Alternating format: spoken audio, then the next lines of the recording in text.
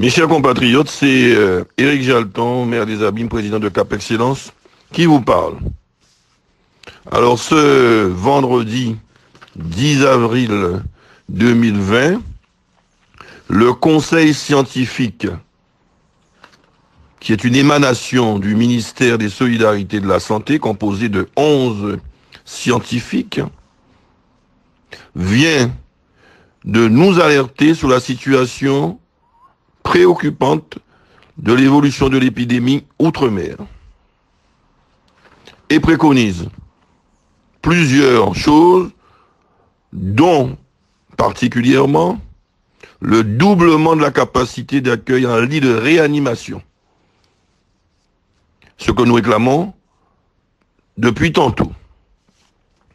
L'isolement des personnes atteintes non sévères dans des structures dédiées, ce qui n'existe pas encore aujourd'hui. On demande aux gens qui toussent ou qui ont un peu de fièvre, on les teste pas, et on leur dit, bon, et même quand ils ont quelques difficultés respiratoires, on leur dit, quand ils appellent le 15, oh ben restez encore un peu chez vous, on verra bien. Si vous avez vraiment du mal à respirer à ce moment-là, appelez-nous. Donc le conseil scientifique nous dit, halte là, il faut isoler très précocement les personnes atteintes et les placer dans des structures d'isolement dédiées évidemment.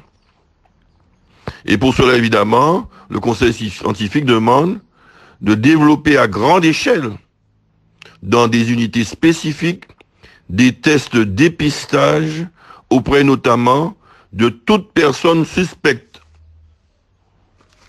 ce qui n'existe pas encore aujourd'hui, outre-mer, en tout cas pas en Guadeloupe.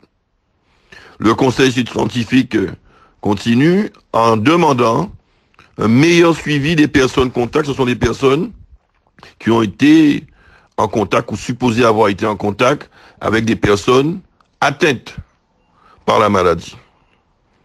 Meilleur suivi des personnes contacts, ça n'existe pas du tout aujourd'hui. Et enfin, je retiens que le conseil scientifique demande aussi un accès aux traitements antiviraux ayant fait la preuve de leur efficacité.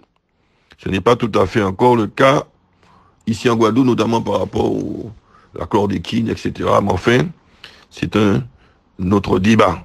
Mais on doit avoir accès, comme partout dans d'autres territoires de la République, de ces traitements antiviraux et plus largement des médicaments qui vont aussi avec les lits de réanimation, Cura, etc. On connaît que les responsables en haut lieu réclament de façon prévisionnelle parce qu'ils vont probablement en manquer s'ils ne sont pas réapprovisionnés. Donc voilà. Donc je pense que, à défaut de nous écouter, nous élus locaux, que les autorités de l'État, ministres, Premier ministre, président de la République, directrice de l'ARS, auront à cœur de, à défaut d'écouter les élus locaux, d'écouter au moins le conseil scientifique, qui est une émanation du ministère des Solidarités et de la Santé du gouvernement en place. Donc nous en suivons particulièrement le suivi dans les plus brefs délais des demandes expresses en alerte du conseil scientifique.